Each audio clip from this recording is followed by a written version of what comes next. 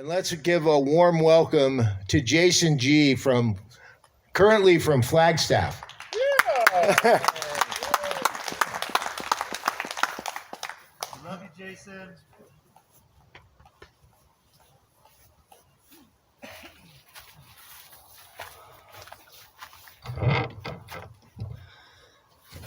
Hi, I'm Jason. I'm an alcoholic. Yo, Jason.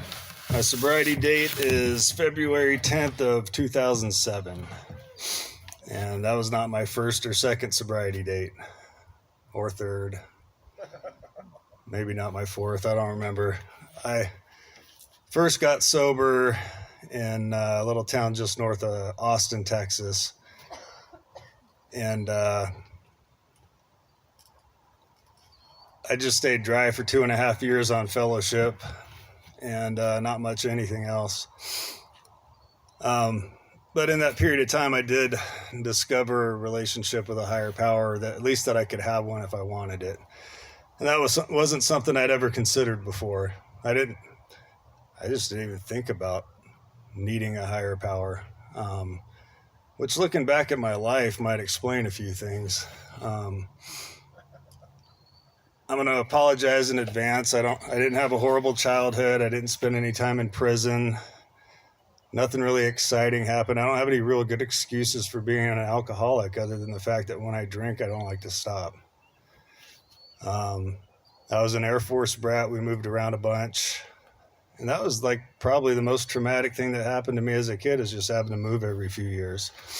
I had parents that loved me. I had parents with integrity that taught me good morals. And I knew they loved me. That didn't stop me from being a liar and a thief from the 3rd grade on. So I think I had, the core selfishness and self-centeredness that are the hallmarks of alcoholics from an early age. I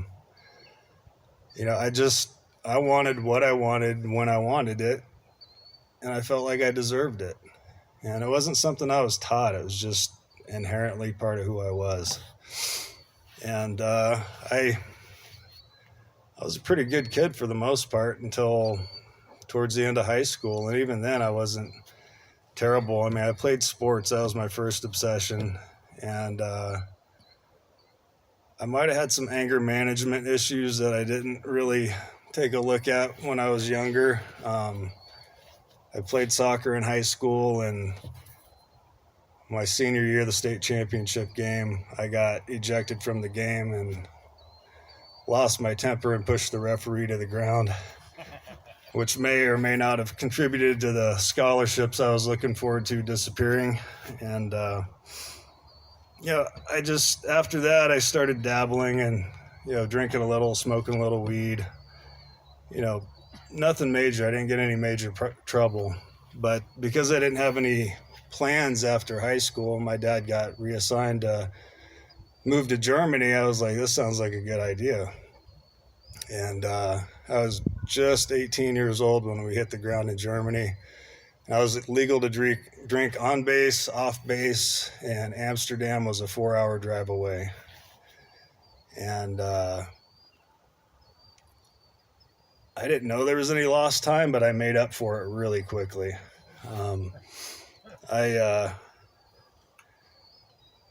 It was fun. I had a blast. It was German beer. It was really good beer.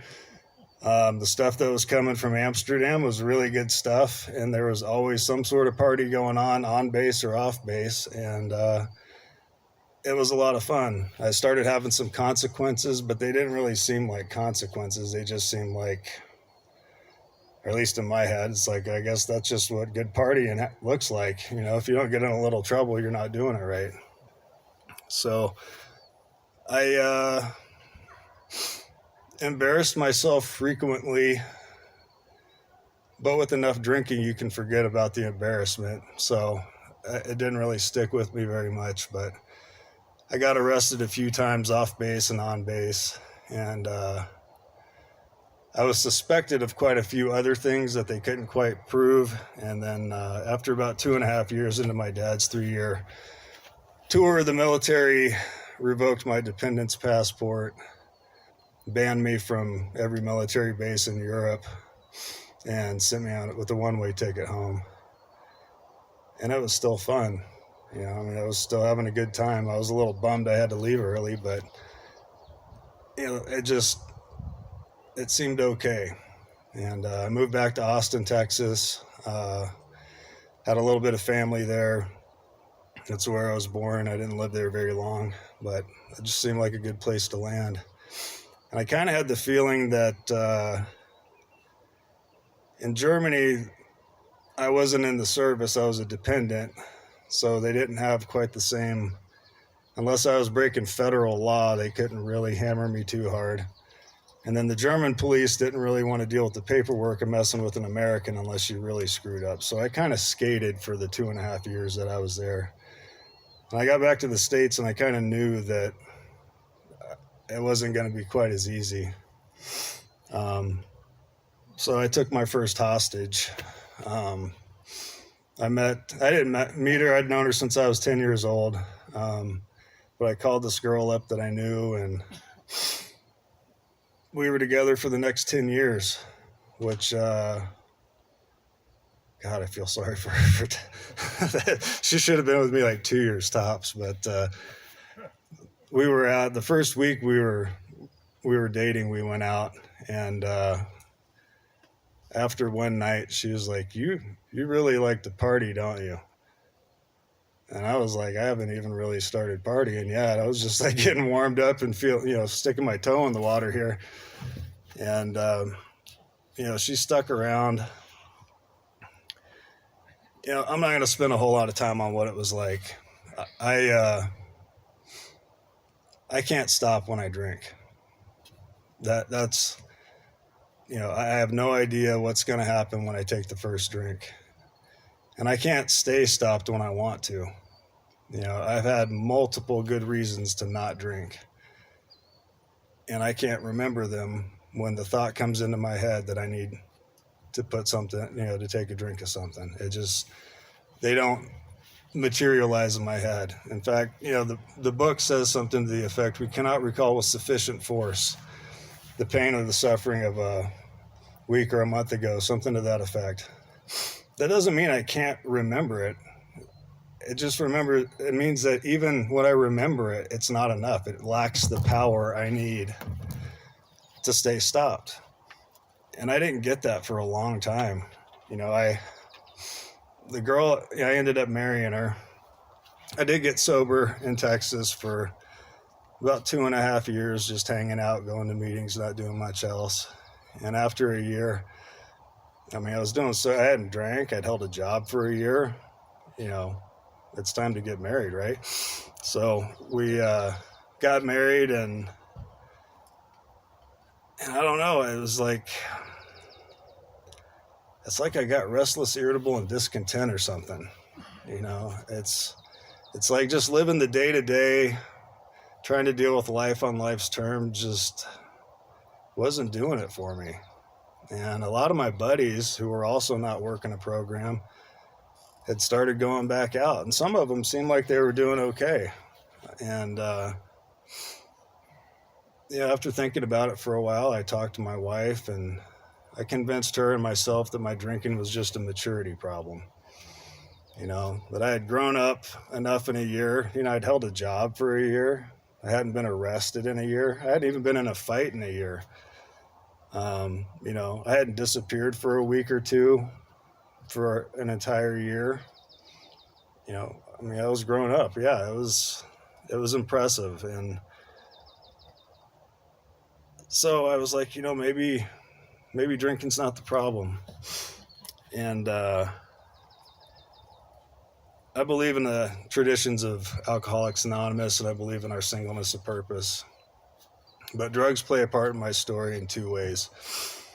First of all, both of my relapses started off with me smoking weed, because I told myself smoking weed was okay. I never got arrested smoking weed. It was always alcohol. And I, made this really convincing story in my head that was all right. Problem with that is I smoke weed alcoholically. I smoke it for the effect, and once I don't get the effect, I need something else. And the next easiest thing to get's booze. So within a couple weeks, I'm drinking. And that's what happened this time around. We'd gone to a concert, and some girls came out of the bathroom and offered my brother and I, half of a joint, and we laughed and said our POs wouldn't like that very much, but we gave it to my wife, and she got all giggly, and I was like, you know what, this won't hurt. And then a couple weeks later, we were out to dinner, and I was like, what else wouldn't hurt is a glass of wine, And then, a week or two into it, I'm bringing a 12-pack of beer home every day after work, and my wife's like, maybe we ought to limit it to like a 6-pack. I was like, okay, I can do that. So I brought home a 6-pack.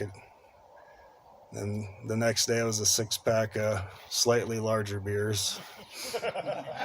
And the next day it was slightly larger beers. And then by the end of the week, it was like 640s, and it was 6 drinks. That was what I was counting. So, and then for the next 4.5 years, it was just me burning my life to the ground and just completely crapping all over this woman who had stood beside me and, kept me alive when I wasn't doing too good of a job of it. And we had moved to Flagstaff because Texas was obviously the problem.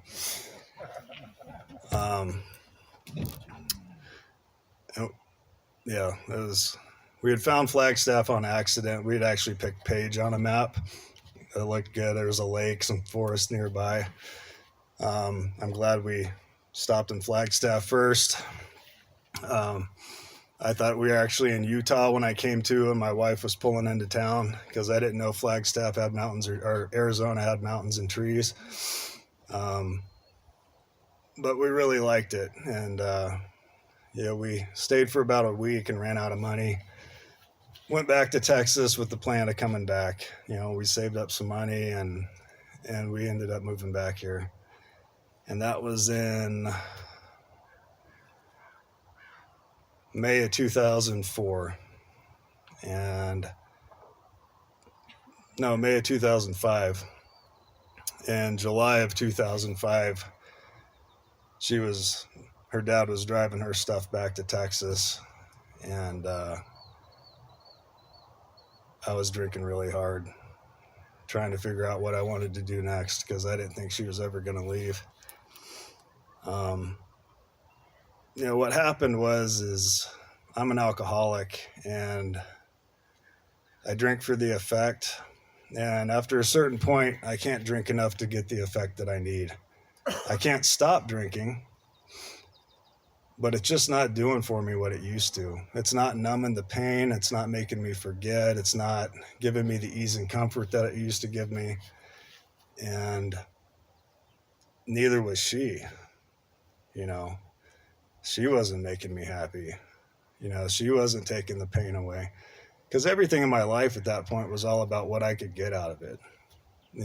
My relationships with anybody were about what I could use you for. I don't know if I consciously knew that and understood that, but looking back at it, it's pretty clear I didn't have relationships with anybody I couldn't get something from. And, so if she wasn't working, then maybe somebody else would.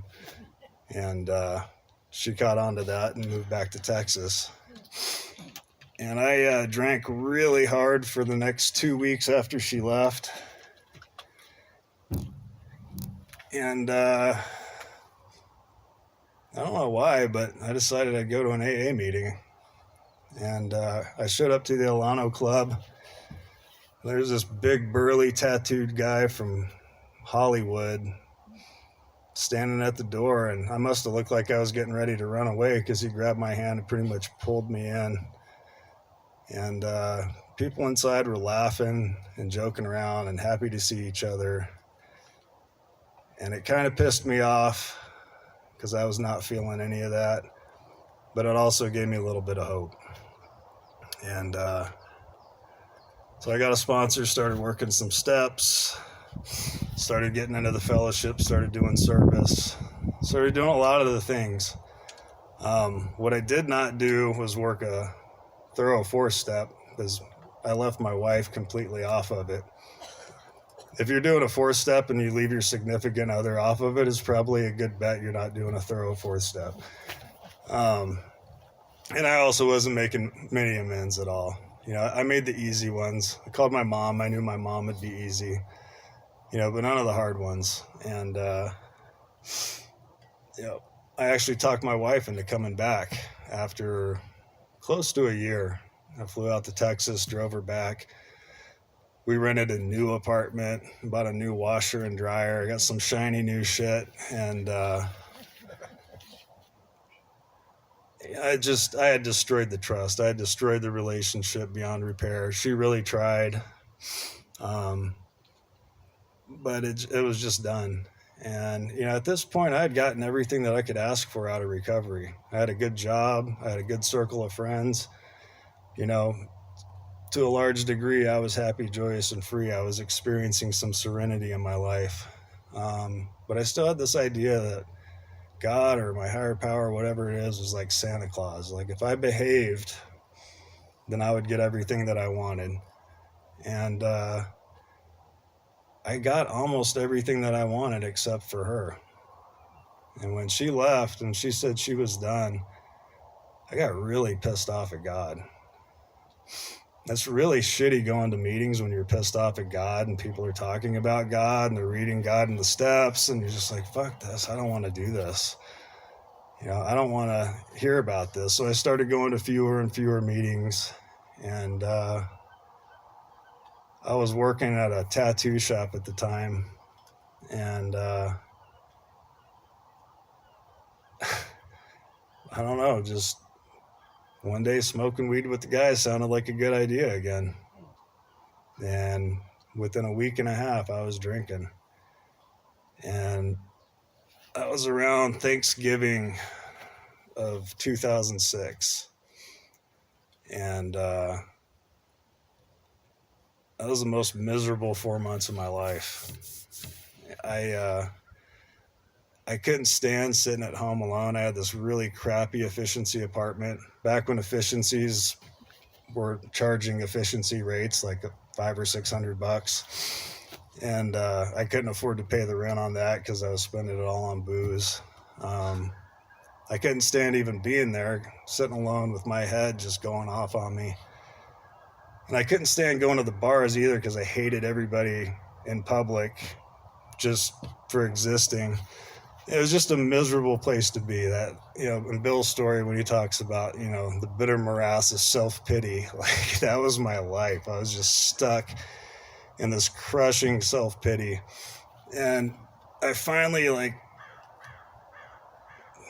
drank and smoked it down to 3 ideas. I was gonna either do some stronger drugs, go park my car on the train tracks, or go back to AA. And AA was like a solid third option. The other 2 I was really considering. I didn't have any money or know any drug dealers up here, so that was a little difficult. My car's radiator was blown and I didn't want to push it 2 miles to get on the train tracks. So I dragged my ass back into, I think it was a 5:30 happy hour meeting when it was still at the train station. And one of my home group people, this girl was sitting in there. She bust out laughing when I walked in. She's like, dude, you look like shit. And normally I would have taken that personally, but something about the way she said it and just something about the truth in it, I just started laughing and sat down. And I wish I could say that from that point on, I've been the perfect AA and I've done all of this right. But that would not be rigorously honest. I'm a slacker. I like to get the most effect for the least amount of work. That's why alcohol was it was great when it worked. And I really, for the first 7 years, did just enough to not drink. And it wasn't all bad. I mean, my life gets better when I stop drinking. I quit getting arrested. I have more money in my pocket. I don't embarrass myself as much. I piss way fewer people off. And it's better. But it wasn't the promises. You know, I'd go to these roundups and I'd go to these conferences and I'd listen to people get up there and talk about having a new freedom and a new happiness, you know, about having a purpose in their lives, you know, about feeling freedom. And I wasn't feeling any of that. And I didn't understand why. You know, I felt like I was going to meetings, you know, I was in service. I was even working some steps here and there, you know, but I got to a point where I hit a bottom in sobriety. You know, I want to back up a little bit. I was about 3 years sober and chairing a meeting at the Alano Club when this newcomer walked in. She was really angry. It was not a vision for me at all. But she was really honest. She didn't identify herself as an alcoholic because she didn't know yet. And I respected that. I think a lot of people come in and just say, I'm an alcoholic because that's what everybody else is saying, but they don't really know what that means. And she took the time to find out. And once she found out, she started introducing herself as an alcoholic. And then circumstances, you know, put each other in our paths over and over again. And, you know, I started dating a newcomer and I had to deal with all the bullshit that goes along with that. And you guys have opinions and I didn't like them, but I got to do lots of 10th steps and do some step work around that. And she and I have been married for 10 years and have 3 kids and have made a pretty good life. And it's taken a whole lot of God and a whole lot of step work to get there. But around 7 years sober, which was about a year after we got married, we were not doing well. And I, you know, her stuff, my stuff, you know, we had stuff to work on. And I think both of us were just kind of, you know, going to meetings and pretending like it would just all work itself out on its own. And it just wasn't. And I just hit a bottom. I think we both hit a bottom about the same time and really started doing some step work. You know, and I really asked whatever it is out there for some help, for some direction. And what happened is I started getting some teachers put into my life. You know, what I found out was that I was doing things, but AA isn't about doing things. It's a design for living. It's a way of life. I do these things so that I can put them into practice, so I incorporate them into my daily life and I become changed. I become something different than I was. I look at life differently. I deal with life differently. But that doesn't come when I'm picking from the steps like it's a buffet. Like, you know, oh, for what steps 1, 2, and 3 are cool, but I'm going to hold off on 4 and 5 because I don't like the taste of that. You know, the 9th step, I mean, I'll make some of my amends, but not all of them. And, you know, so at 7 years sober, I had to start working like a newcomer again. You know, and honestly, it was the best thing that ever happened to me. You know, I did another inventory. You know, I rewrote my 8th step list. Most of it was still the same as before, plus I'd added quite a bit. And I started making my amends. And, you know, what that looked like was I was finishing up, so we left Flagstaff around when I was 4 years sober and moved to Tucson. My wife was starting her nursing career and I started to go to the U of A to pursue an architecture degree, which I changed majors after a year and a half because I was going to either commit suicide or homicide. I wasn't sure which one, but it was more work than I wanted to do. And I was working on my last year getting my degree, and I was working at an internship with a commercial construction company.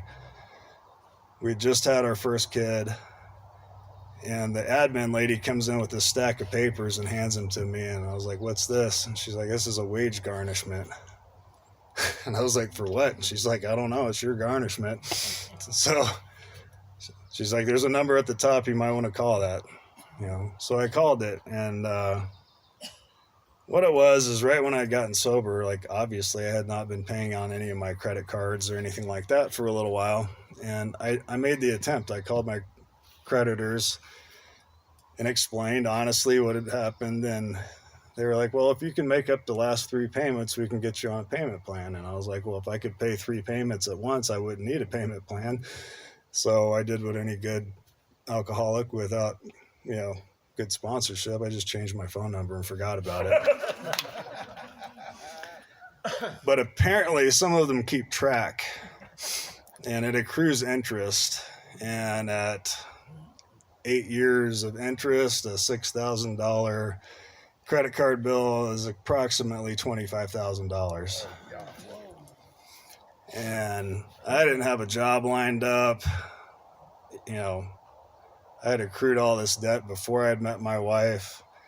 My baby, brand new daughter had obviously nothing to do with the debt. So I'm just looking at this, just going, what do I do with this? And I picked up the phone and I called them. And I did what the book tells us to do.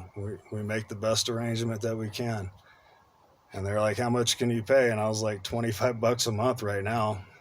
And they're like, all right, we'll start with that. And, that's how I paid it for the first 6 months. And then I graduated from school, and I was not having any luck getting any jobs. And I was praying, I was putting out resumes, I was doing all the footwork. And this is how God works in my life. I put a saw on Craigslist. It was an extra saw that I had. I was cleaning out my garage. And the dude called me on it, and I noticed his email said he was a superintendent for a builder in town. And he came over, he's a super nice guy, and I asked if they were looking for people, and he said no, but shoot me your resume, I know some people. And a week later, I'd landed the best job I'd ever had in my life. 7 months later, they had almost doubled my salary. And I was able to pay that $25,000 off in about 3 years. And, I thought it was something I was going to be living with the rest of my life. And stuff like that just kept happening. The more that I just leaned in to this design for living, trusted, my higher power that things were going to be all right. My relationships got better. The direction of my life just started moving in a direction to where, just one day I realized, I haven't even thought about drinking in a long time. And I was thinking, why is that? And I'm like, because I don't have any reason to. My life is good today. It's, even when it's hard, I have a solution to deal with it, and I get through it just fine. And I like to take breaks. I like to rest on my laurels from time to time, especially if things have been going really good for a while. I can just let up a little bit. I know there's clear warnings not to do that, but I'm different. I can let up for a bit, I'll be all right. And it doesn't work out well. When COVID happened, the first 6 months of COVID were probably the most spiritually fit I've ever been. I was working with our local AA community to get online meetings going, to get messages up at meetings around town in Tucson. I was speaking at conferences, online. I went from sponsoring 4 guys, and a month into COVID, I had 10 sponsees. And only one of them I had met outside in person. The rest of them were just people calling me. And, I was doing the deal to the best of my ability. I was scared shitless because I didn't know how to do AA, not going to meetings, not seeing people in person. But I was doing it as best I could. The job I was working at kind of dried up, so I fell back on what I knew. I got my contractor's license and started doing some remodels. And I'm a really good remodeler. I'm a really crappy businessman. bidding jobs is apparently not my forte. Just doing the work I'm great at, but figuring out how much it should cost is not what I'm good at. And so I wasn't bringing home the amount of money that I thought I was. A few months into it, I also had the sponsee. He was a really bad alcoholic, and I really enjoyed working with him because he was desperate. He seemed willing. He was doing all the stuff I was asking. And then I got an email from his mom one day, and he had accidentally overdosed. And I don't know, it was just this combination of that and this fear about the work and the money that I wasn't making, that I wasn't talking to somebody else about, that I was trying to manage myself. And it just started this, spiral of me pulling away from God and trying to run the show myself. And, what happened was I ended up charging about $15,000 worth of materials and distractions onto a credit card without my wife knowing. And I'm not a very good partner when I'm a liar. I'm not very present. I'm not a very good father when I'm living in a bunch of lies. It just doesn't, I don't know, it just doesn't sit well with me, and it's hard for me to face people with any kind of love and tolerance when I don't have any towards myself. And that went on for like 8 months. And my wife had been asked to speak in a conference in Seattle. And on the way up there, actually, I think it was a little before that, we had decided that, to help reduce some of our student loan debt, that she was going to get a job working on the reservation at a hospital. And, because they had this, they were going to pay some of the tuition. So in my head, I'm just like, well, there's no way I'm going to be able to make enough money to pay this credit card without her finding out. So I'm just at this point where, like, I'm going to have to get honest about this, and I don't know what's going to happen, and I'm scared shitless. Like, she might actually lead me on this one. So we go to this conference, and once again, like, I think my recovery has been characterized by having just enough willingness. Not an abundance of it, but just enough. And just enough to seek God, just a little bit. And I'm sitting at the very first session at some, like, we're going to do a 2-part tradition study to kick this conference off. I'm like, fuck, man, like, I would have gone hiking if I knew this was what was going on. I like the traditions. I just didn't want to sit through that one. The very first guy that spoke, I wasn't even paying attention to him.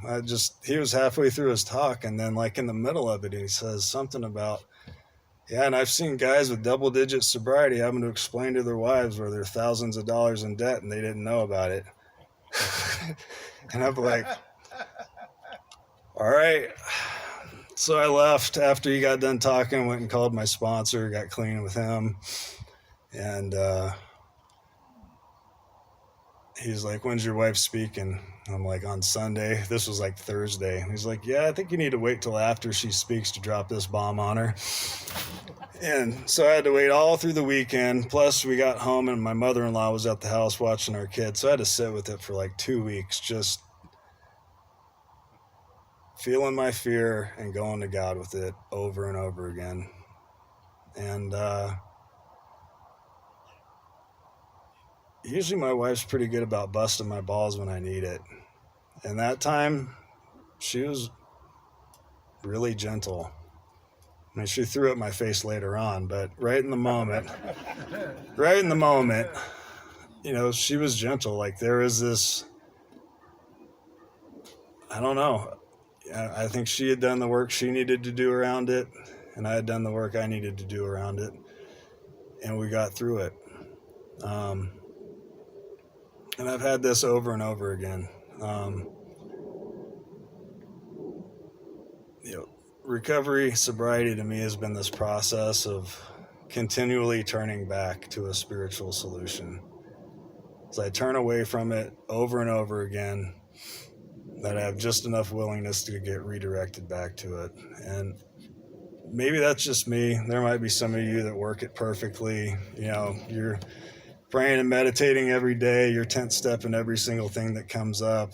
And I mean, if you are, that's awesome. Like, talk to me after the meeting and give me some tips, because that's not been my experience, you know. But it's been this process of going back to God over and over again. And it's not always easy. You know, I've recently discovered that, so we sold our house in Tucson, moved in with my father-in-law, which that by itself needed a lot of prayer and meditation for like 2 months. Then we moved to the res. My wife lasted 6 months before she said she was like, had enough. And wasn't so much the res. We loved the res. It was just the hospital itself was just this like rural, small town territorial bullshit that she wasn't into. And I couldn't find really good work out there. I mean, I was working part-time, making nothing. So financially, it just wasn't doing for us what we thought it would do. So we came to Flagstaff, and it's not cheap here.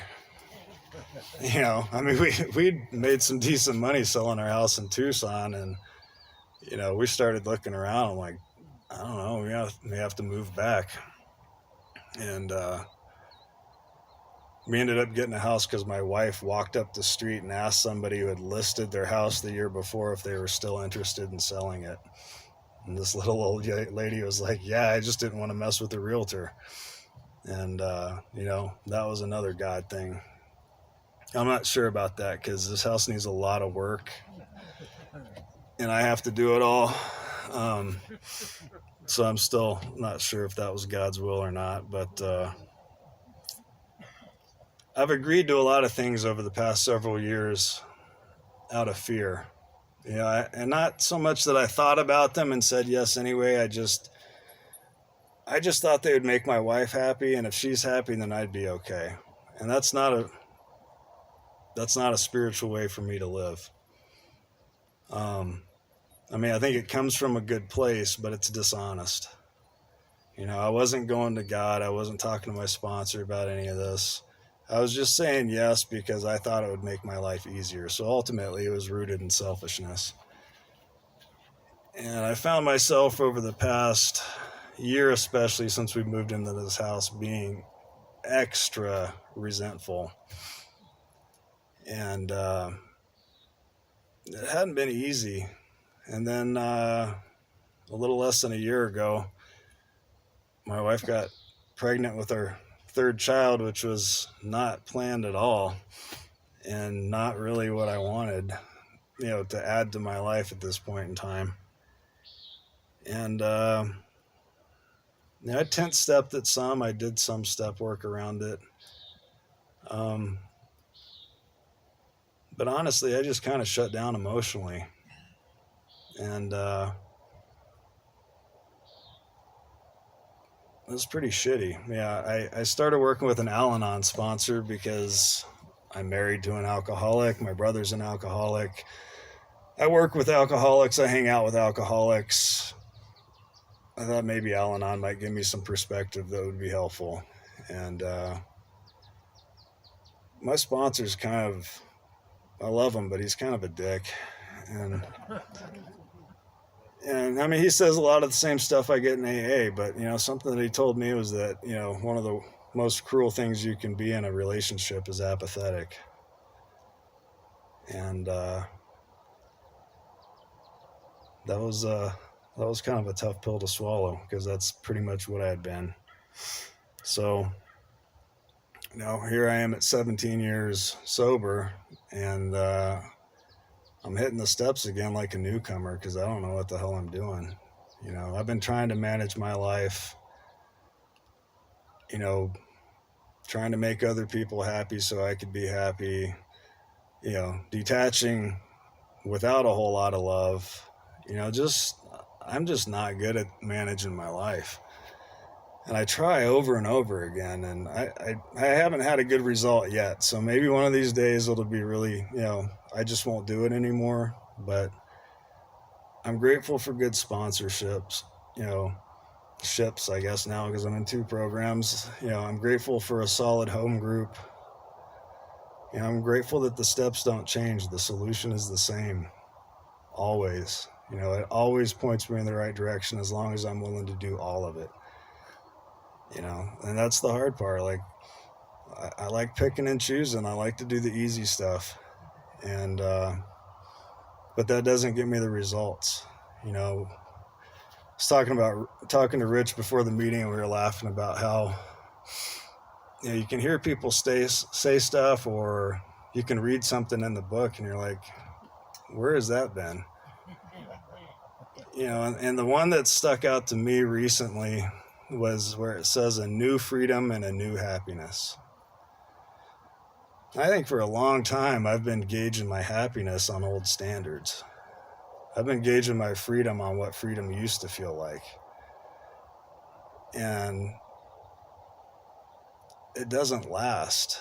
It's something, that freedom is always based on me chasing something new, something better, something different.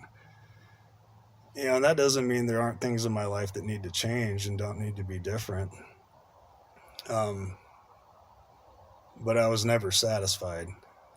And I think the new freedom and the new happiness for me, is learning to be content where I'm at.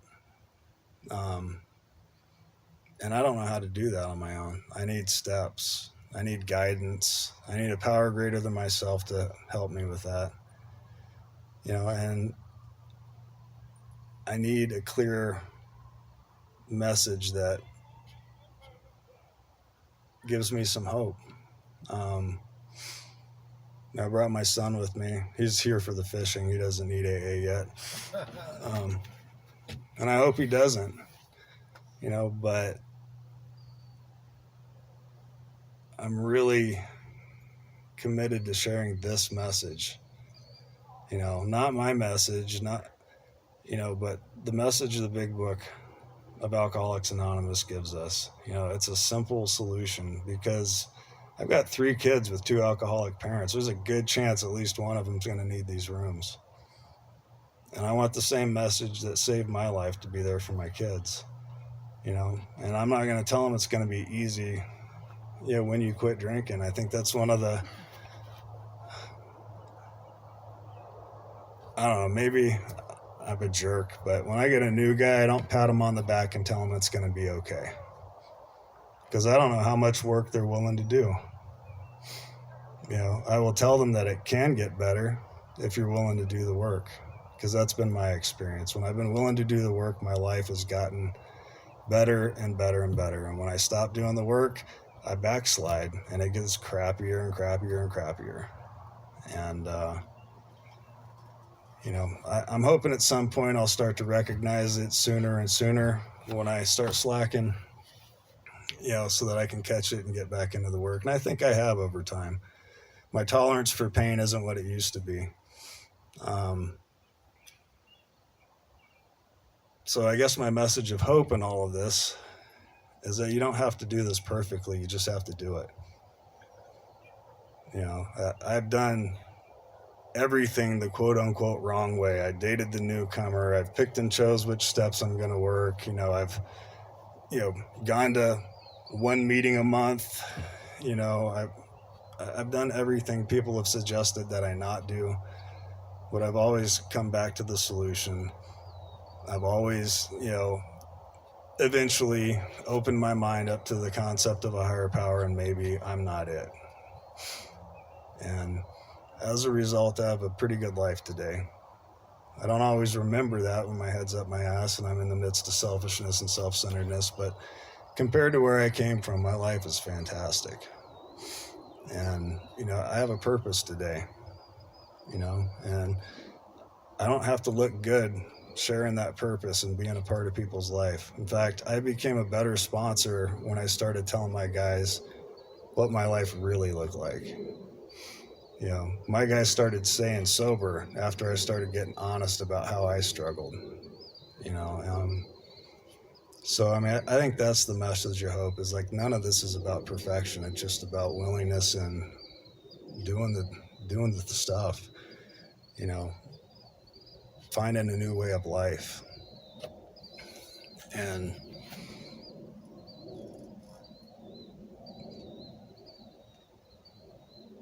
I think that's about it. That's all I got. Thanks. Oh, yeah. Yeah.